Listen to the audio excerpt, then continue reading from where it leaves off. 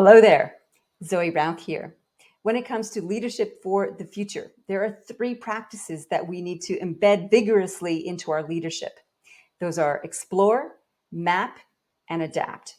The last piece, adapt, is probably one of the most critical. It's how we grow and evolve as leaders. And absolutely, we need to do this as leaders across the board.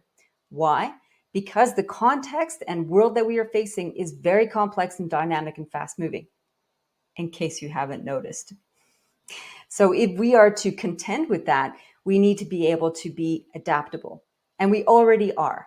There are many times in our lives that we have adapted. We have things thrust upon us and we somehow find a way to make it work. Maybe that's a change in personal circumstances. All of a sudden you're living alone, or all of a sudden you're living with others. And we've learned how to make that work. That's being adaptable. And when it comes to technology, we've had plenty of chances to do that and done it well.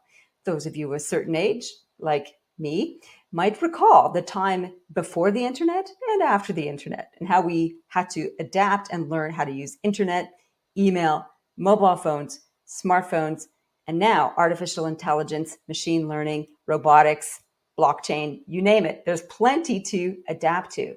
We've got this covered. We need it more than ever. We need leaders to become even more inclusive. Why? Because our world is so complex, we need to lean into creating a space where more and more of us feel included.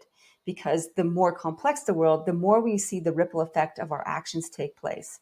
So as we include more people in our sphere of concern, we are hopefully more compassionate and we can create more opportunities, co-create with more people to create more abundance for more of us.